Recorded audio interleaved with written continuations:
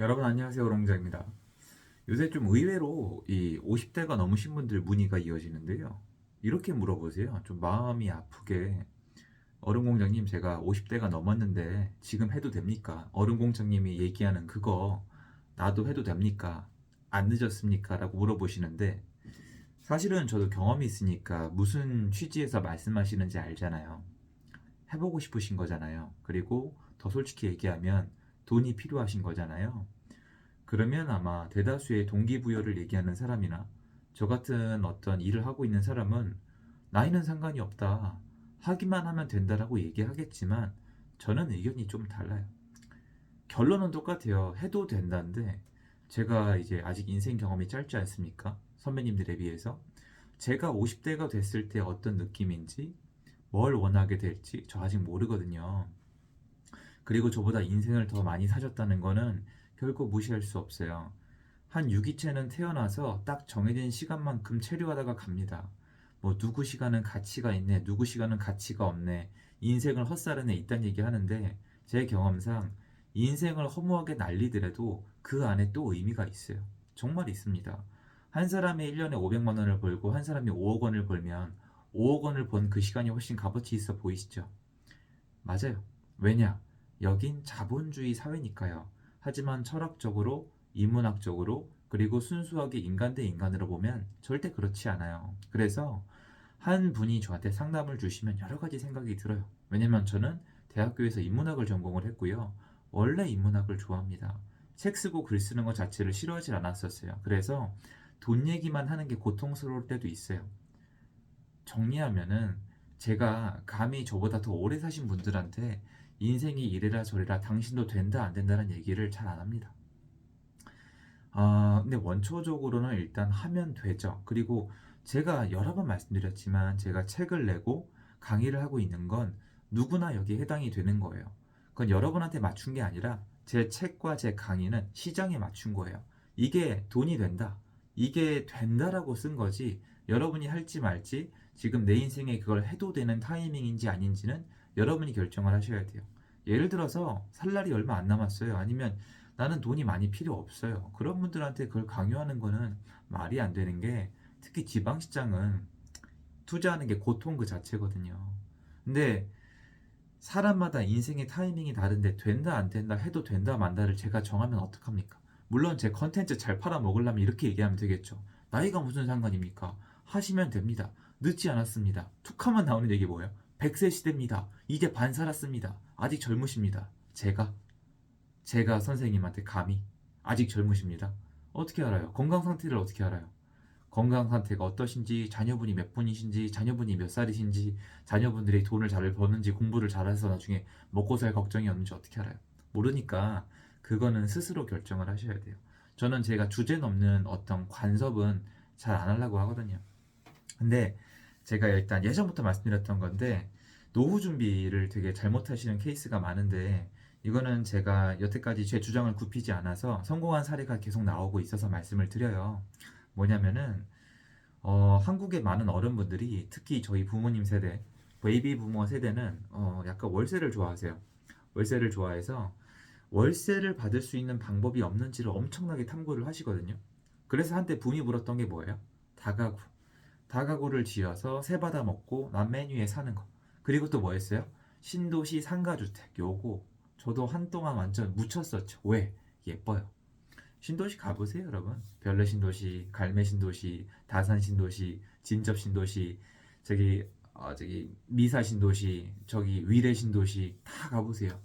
너무 많죠, 여러분. 그또 광교 신도시, 판교 신도시 가면 상가 주택이 너무 이쁘게 돼 있죠. 상가 신도시 그 여러분 다가구 주택이에요.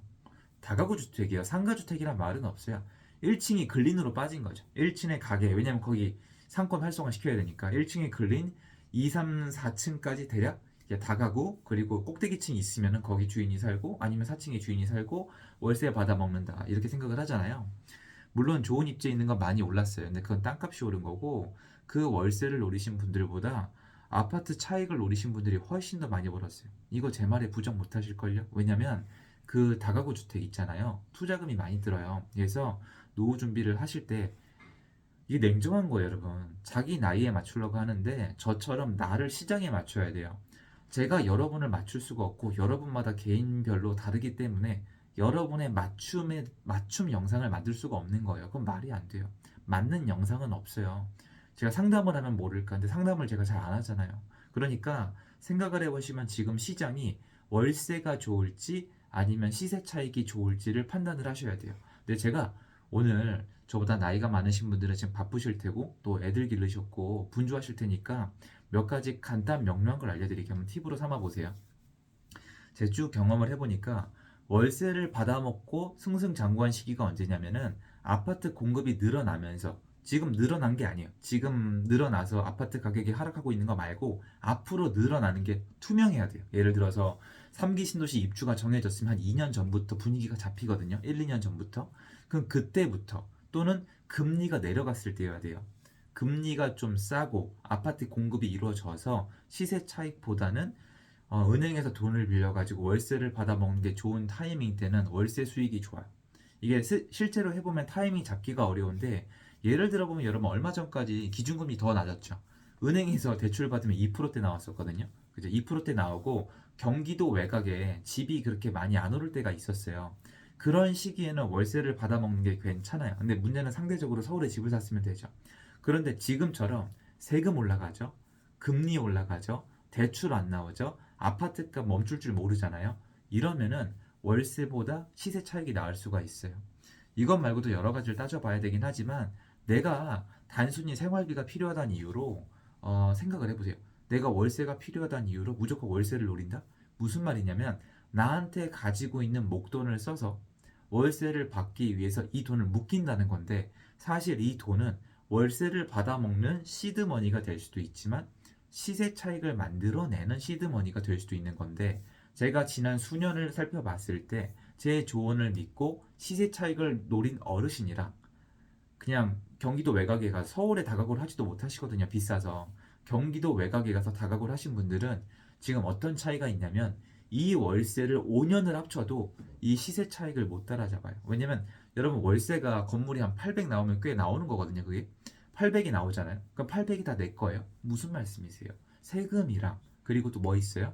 대출 금리 갚고 나면 800에서 한 절반 날라가잖아요. 그럼 400 남았다고 쳐요. 400씩 1년 받으면 4,800이죠. 4,800 곱하기 5 해보세요. 그 5천에 5니까 2억 5천이잖아요. 근데 서울 아파트가 2억 5천이 올랐나요? 아니잖아요. 한 10억 올랐잖아요. 10억에서 나중에 일반 과세로 때려 맞아도 이분이 낫단 말이에요.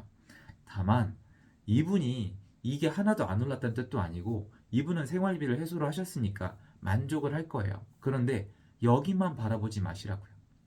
여기만 바라보지 마시라고요. 왜냐면 제가 지금 빼먹은 부분이 뭐냐면, 이분이 다가구 주택을 세팅할 수 있는 투자금이었으면은 서울의 아파트를 한 채가 아니라 두세 채를 살 수가 있었고, 이 시세 차익은 훨씬 더 커질 수밖에 없는 거거든요. 많이 놓치실 거예요. 여러분 생각을 해보시면 지금 직접 느낀 분만 아시겠지만, 아파트 값이 오르신 분들은 시세 차익만 되는 게 아니에요. 이걸 증여해도 되고 상속을 해도 되고, 자녀분들에게 이거를 이렇게 얘기하면 안 되겠지만, 실 여러분 현실은 현실이니까 이 아파트 나중에 너 줄게 하고 다달이 용돈을 받으셔도 되고 주택연금에 들으셔도 되고 초이스가 많아요. 그런데 경기도의 외곽에 잘못된 다가구를 사시면, 이건 제 직접 경험이니까 얘기해도 됩니다. 옆에 신축 들어오시면서 일단 지하부터 빠져요. 지하부터 월세가 내려가기 시작하고 안 나가거든요. 월세는 내려가는데 대출 금리는 올라가고 경제 물건은 늘어나잖아요. 죽을 맛입니다. 그러면 생각을 해보세요. 금리가 올라가고 월세가 빠지면 수익률이 내려가죠. 수익률이 내려가면은 집가가 많이 올라가는 곳이 아니고서는 그 아파트, 그 건물 가격이 올라갈까요? 안 올라갑니다. 여러분, 그래서 지금은 정말 다 오른 게 토지 가격이에요. 근데 토지 가격 오른 걸 합해도 아파트가 먼저 다 치고 올라갔단 말이에요. 그리고 얘는 나중에 처분이 잘 안 돼요. 다가구 월세를 받기 시작하시면, 월세에 미쳐 있는 상태로 어떤 걸 구입하시면은 나랑 똑같은 관점을 가진 사람을 만나야만 그 물건을 해소할 수가 있는데요. 아파트는 그렇지가 않죠. 아파트는 실제 입주할 사람을 찾아도 되고 나중에 그것 다 다른 일을 할 사람들이 꽤 많기 때문에 항상 수요가 많고 실거래가가 많은 거거든요. 그럼 생각을 해보셔야겠죠. 내가 나이가 많아졌다는 거는 이에 시행착오를 겪을 수 있는 상황이 더 줄어들었다는 거기 때문에, 이번에야말로 내가 정말 지금 생활이 전혀 해소가 안 될 만큼 월세가 꼭 필요한 건지, 아니면 지금도 내가 자산이 부족한데 먹고는 살 만한데 자산을 불리고 싶은 건지 생각을 해보신 다음에 내가 이걸 공부하고 소화할 수 있는 어떤 머리 안에 에너지랑 시간이 있고 도전할 수 있는 열정이 가슴 안에 남아있는지 확인을 하고 진행을 하셔야 돼요. 다만 어디 가서 나이가 좀 들었다고 월세 위주로만 상담해 주는 곳은 피하세요. 월세 상품 소개해 주는 사람이 컨설팅비가 훨씬 더 쏠쏠하거든요. 왜? 말씀드렸잖아요. 안 팔리던 물건을 넘길 수가 있거든요. 그건 조심하셔야 됩니다. 항상 실거래가가 충분히 있는 상품부터 먼저 공부를 하고 점점 더 실거래가가 적은 상품으로 다가가야 이기는 게임을 하는 거지, 처음부터 남을 믿고 실거래가가 별로 없는 상품을 남의 말만 믿고 접근하시면은 지금의 저도 위험할 수가 있다고 저는 생각을 합니다. 도움됐으면 좋겠고요. 저도 앞으로 갈 길인데 저희 어른들, 저희 어머님, 아버님 제가 늘 응원을 드리고 힘내셨으면 좋겠습니다. 하지만 현실적인 제 생각도 얘기했으면 좋겠고요. 한국을 먼저 제 발전시켜 주신 저희 선조 세대 저는 존경합니다. 이 영상 빌어서 감사하다는 인사드리고 싶습니다. 제가 잘 누리고 있거든요. 감사드립니다.